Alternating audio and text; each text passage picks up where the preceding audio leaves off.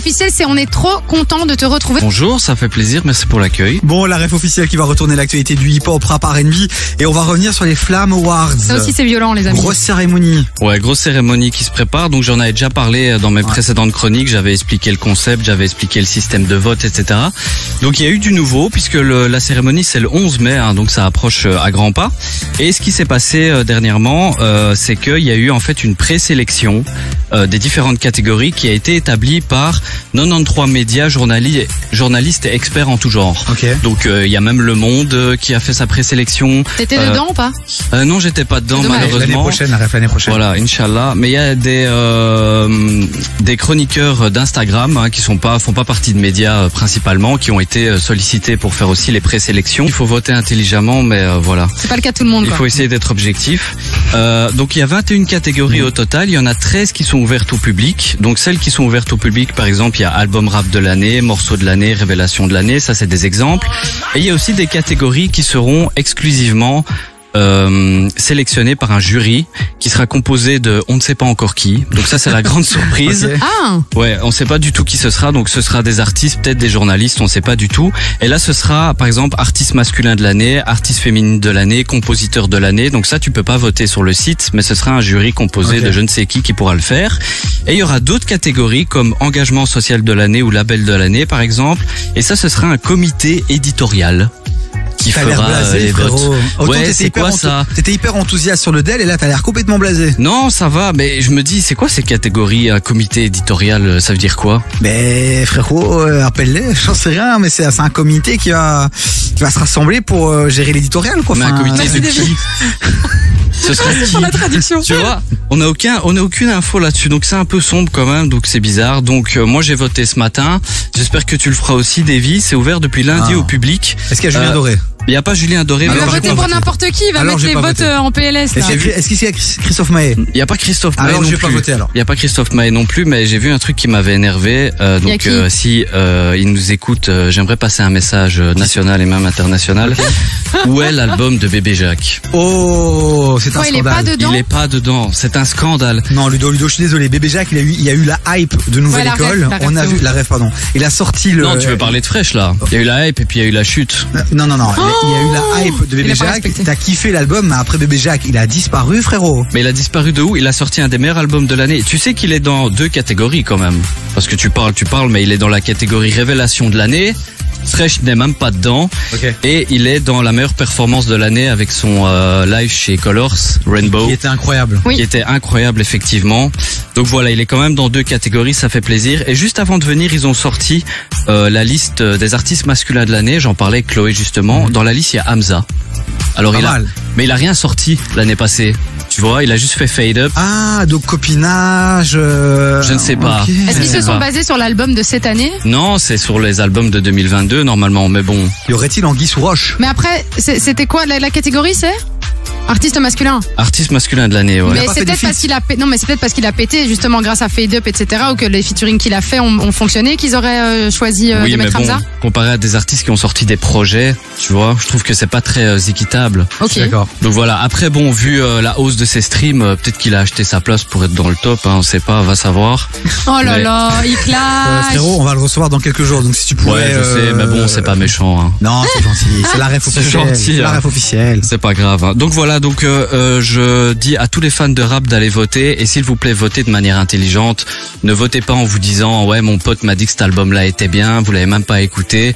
Essayez d'être objectif, c'est super important. C'est une cérémonie qui représente le rap beaucoup mieux que les victoires de la musique, donc il faut vraiment essayer de faire ça sérieusement.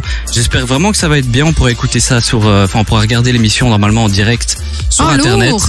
Ouais, gratuitement. Donc voilà, j'attends ça avec grande impatience. Bah, merci la ref d'avoir fait cette mise à jour des Flam Awards. La ref qui reste avec nous, puisque dans un instant on va parler de The Weeknd. Mais justement, moi j'ai quand même été voir, comme ça vous savez, Ouais. pour faire les votes, c'est super facile et c'est hyper intuitif puisque c'est célébré entre guillemets avec Spotify. Donc n'hésitez pas à aller voter, c'est hyper chouette et moi je s'occupe à faire mes petits votes là et c'est cool. J'aime bien.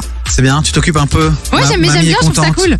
Mamie est contente. Ouais, mamie est contente. Elle passe du bon temps ici à la radio, ouais. c'est chouette. Elvis Life. Allez, si tu pouvais travailler au lieu de voter, ce serait sympa. Mais je vote, je travaille. Il y a Timbaland qui arrive, mais là c'est Maes. 19h. T'écoutes Davy sur KIF. Et ouais, la ref officielle, c'est l'homme qui retourne l'actualité hip-hop, rap, R&B sur les réseaux sociaux. Allez le suivre sur Instagram, la ref officielle. Vous voulez le lien direct vers son compte, vous nous envoyez un petit message sur WhatsApp. 0472 22 7000 et on vous l'enverra. Mais je crois que la ref officielle, ça me paraît assez facile à trouver quand même. Ouais, la ref officielle qu'on peut aller suivre sur Twitch aussi maintenant. Il fait du World of Warcraft, du quoi, je sais plus. World là. of Oh my god, Warcraft. quel boomer. Je suis crevé, frérot. Quel boomer. L'anglais à 18h43, c'est mort pour moi. World C'est of Oui, bah, Warcraft. l'anglais à 10h, c'est pareil, hein, je veux dire. Ouais, c'est ça. Non, à 10h, je suis au top. On va parler de The Weeknd. Oui, on va parler de The Weeknd tout à fait, puisque j'avais dit déjà depuis plusieurs chroniques quand j'en ai parlé que je ferais un jour une chronique sur son album Ah, After Hours. Donc si tu me connais un peu, tu sais que c'est un de mes albums préférés, toutes catégories confondues. Alors c'est pas du rap, mais c'est un album qui m'a marqué énormément. Moi je suis un grand fan de The Weeknd. Hein. Donc l'album est sorti il y a 3 ans, donc j'en ai profité pour faire une chronique là-dessus. Alors pour ceux qui ont jamais écouté l'album, que vous soyez fan ou pas de The Weeknd, il faut absolument écouter parce que au-delà du fait que c'est un album exceptionnel, c'est un album très cinématographique. Je sais pas si vous avez capté le délire, mais pendant toute la promotion de l'album, il avait le même costume, la même coupe de cheveux, la même moustache, etc. Donc tout ça, ça a été fait de manière réfléchie. C'est un album qu'il faut écouter de la première à la dernière track sans interruption parce que ça raconte une histoire. Alors on a l'habitude avec The Weeknd, hein, ça parle de relations toxiques, de drogue, de doutes, de folie, de remise en question. Tout le cheminement de sa vie sentimentale qu'il a eu notamment avec Selena Gomez, ça l'a énormément marqué puisque clairement quand tu lis entre les lignes de cet album, il parle énormément d'elle. Alors c'est un album qui est principalement de synth-pop. Donc la synth-pop c'est une musique des années 80 qui a avec principal instrument le synthétiseur. Moi j'adore le synthétiseur, ça fait penser un peu au BO de Stranger Things, etc. Tu vois. lourd. Moi j'adore les maracas. Les maracas, ouais, c'est incroyable. Mais il y a pas ça dans cet album. Et donc, ce que j'allais dire, où j'en suis, merci Davy, c'est que après, Synthétiseur. voilà, synthétiseur, mais je n'en étais plus là. Donc, après des années où il a tenté d'apporter, si on a écouté ses premières mixtapes qui étaient assez sombres et avec des tonalités un peu spectrales, il a réussi à faire le pont avec ses anciennes mixtapes et le format grand public qu'il a proposé dans cet album. Donc, c'est vraiment le pont entre l'ancien artiste et le nouveau. Il a vraiment fait ça de manière exceptionnelle dans cet album. C'est un album qui est hypnotisant, qui est renversant. Et si vous comprenez un peu l'anglais, parce que c'est pas de l'anglais très compliqué, hein, les paroles de The Weeknd, c'est pas non plus, voilà. Mais si vous comprenez un peu l'anglais et que vous suivez la tracklist et que vous écoutez l'album de manière concentrée, vraiment, ça vous laissera pas indifférent. Moi, c'est un album vraiment qui définit à lui seul pourquoi j'écoute de la musique. Ok, lourd. Waouh. Donc je le compare, enfin personnellement, ça c'est mon avis, c'est que pour moi c'est le même niveau qu'un Thriller de Michael Jackson. Oui, tu peux faire cette tête. Ah, là, Non mais Selon moi- j'entends ce que moi franchement je vois ce que tu veux dire par rapport à ça. Ouais, d'ailleurs pour moi The Weeknd c'est le nouveau MJ, et s'il y a bien quelqu'un qui peut prétendre à reprendre la couronne, c'est lui. Alors je voulais aussi dire que par rapport à cet album, il faut savoir que Blinding Light, qui est pour moi le plus grand single depuis justement Thriller de Michael Jackson, jamais un son a eu autant de succès que ça.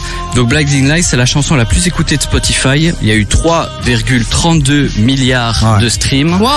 Donc il est passé au-dessus d'Ed Sheeran, etc. Et The Weeknd, il est rentré dans le Guinness Book aussi il y a pas longtemps, puisque il est l'artiste le plus écouté au monde, 111 millions d'auditeurs par mois qui l'écoutent. Sérieux? Ouais, c'est la plus grande pop star, le plus grand artiste actuellement, quoi, de loin, de très très loin. Donc si vous avez jamais écouté cet album, faites-moi plaisir, écoutez-le. Au niveau sonorité, c'est exceptionnel. Il faut un bon casque. Il faut pas écouter ça sur un chantier avec ton téléphone ou en fond sonore pendant que tu fais tes fichiers Excel.